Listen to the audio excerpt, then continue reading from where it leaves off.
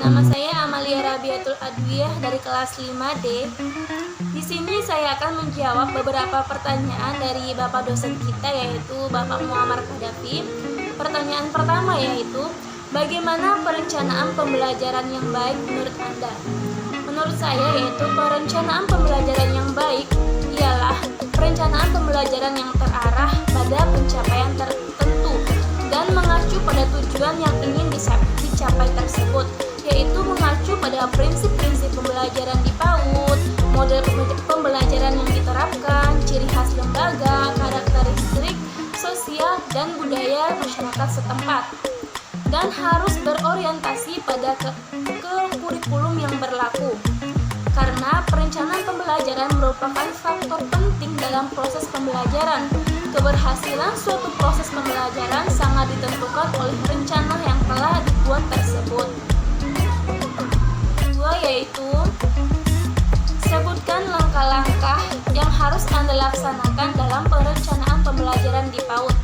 Adapun langkah-langkah tersebut yaitu yang pertama, merumuskan tujuan khusus dalam merancang pembelajaran. Yang pertama ialah merumuskan tujuan pembelajaran tersebut beserta materi pembelajaran yang akan dilakukan oleh guru. Yang kedua yaitu memilih pengalaman belajar, bukan hanya sekedar menghafal, mencatat, akan tetapi proses pengalaman, sehingga siswa harus didorong secara aktif untuk melakukan kegiatan tersebut, di mana siswa mencari dan menemukan fakta itu sendiri. Yang ketiga yaitu menentukan kegiatan pembelajaran. Belajar mengajar di sini dapat dirancang dengan pendekatan kelompok ataupun pendekatan individual, di mana pendekatan kelompok ialah siswa belajar secara berkelompok, dan pendekatan individual di mana siswa belajar secara sendiri-sendiri menurut kecepatan kemampuan masing-masing. Yang keempat, menentukan orang yang terlibat dalam proses pembelajaran seperti guru, siswa. Yang kelima yaitu memilih bahan dan alat, yang bermanfaat dan dibutuhkan dalam proses pembelajaran sesuai tujuan yang ingin dicapai tersebut. Yang keenam yaitu ketersediaan fasilitas fisik, di mana seperti ruangan kelas, pusat media, laboratorium, dan lain-lain yang digunakan dalam proses pembelajaran. Yang ketujuh yaitu terakhir, perencanaan evaluasi dan pengembangan, yaitu di mana dalam proses evaluasi dapat dilihat sampai mana keberhasilan yang telah dicapai dalam tujuan pembelajaran tersebut. Dan ketiga yaitu pertanyaan terakhir, apa saja yang menjadi dasar pemilihan kompetensi dasar dalam perencanaan pembelajaran?